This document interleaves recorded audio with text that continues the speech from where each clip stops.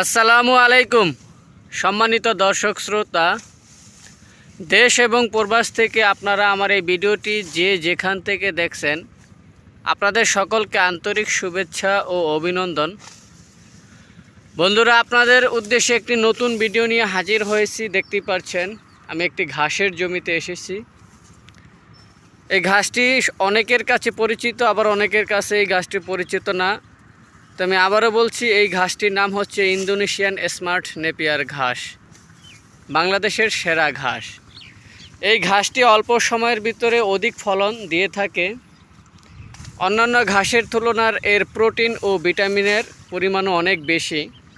22 থেকে 25% প্রোটিন ও ভিটামিন রয়েছে 30%।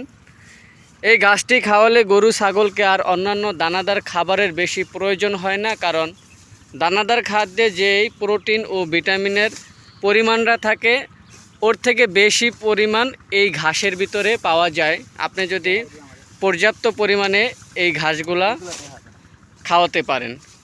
তো বন্ধুরা, আমরা আপনাদের উদ্দেশ্যে একটি ভিডিও নিয়ে হাজির হয়েছি। দেখতে পাচ্ছেন স্মার্ট নেপিয়ার ঘাসের কাটিং কাটা হচ্ছে। এখন আমরা এই কাটিংগুলো সারা বাংলাদেশে কুরিয়ারের মাধ্যমে ডেলিভারি দিতেছি, কারণ অনেক ভাইয়ের জমি পানির নিচে ছিল, এখন শুকিয়ে গেছে।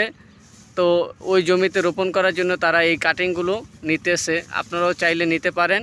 100% পরিপক্ক কাটিং, প্রত্যেকটা কাটিং মোটা শিকড়যুক্ত। এই প্রথম এই জমি থেকে আমরা কাটিং কাটতেছি। আপনারা চাইলে আমাদের কাছ থেকে দেখে শুনে বুঝে, প্রয়োজন হলে ভিডিও কলে দেখবেন সরাসরি। আর আমরা তো এইভাবে দেখাচ্ছি।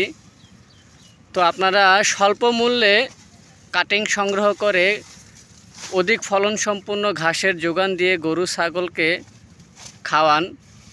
আপনারা সকলেই জানেন যে গরু ছাগলের প্রধান খাদ্য হচ্ছে কাঁচা ঘাস। কাঁচা ঘাসের বিকল্প নেই, কারণ এই ঘাসটি দেখতেই পাচ্ছেন বন্ধুরা কতটা ফলন দিয়েছে। এটা যদি আপনি একবার রোপণ করতে পারেন, কমপক্ষে একই জায়গা থেকে 5 বছর অনায়াসে ফলন পাবেন। দ্বিতীয়বার আর চাষ করা লাগবে না, শুধু আপনি কাটবেন আর খাওয়াবেন। মাস অন্তরে অন্তরে কিছু ঢ্যাপ সার আর ইউরিয়া সার প্রয়োগ করলেই চলবে। আর যদি কোনো পোকায় আক্রমণ করে থাকে, তাহলে আপনি কীটনাশক স্প্রে করে দিবেন, তাহলেই হবে। তো বন্ধুরা, আপনারা আমাদের কাছ থেকে পরিপক্ক কাটিং সংগ্রহ করতে চাইলে আজই যোগাযোগ করুন স্ক্রিনে দেওয়া নাম্বারে। বন্ধুরা, আজকের মতো এ পর্যন্তই। সকালে ভালো থাকবেন, সুস্থ থাকবেন। আল্লাহ হাফেজ।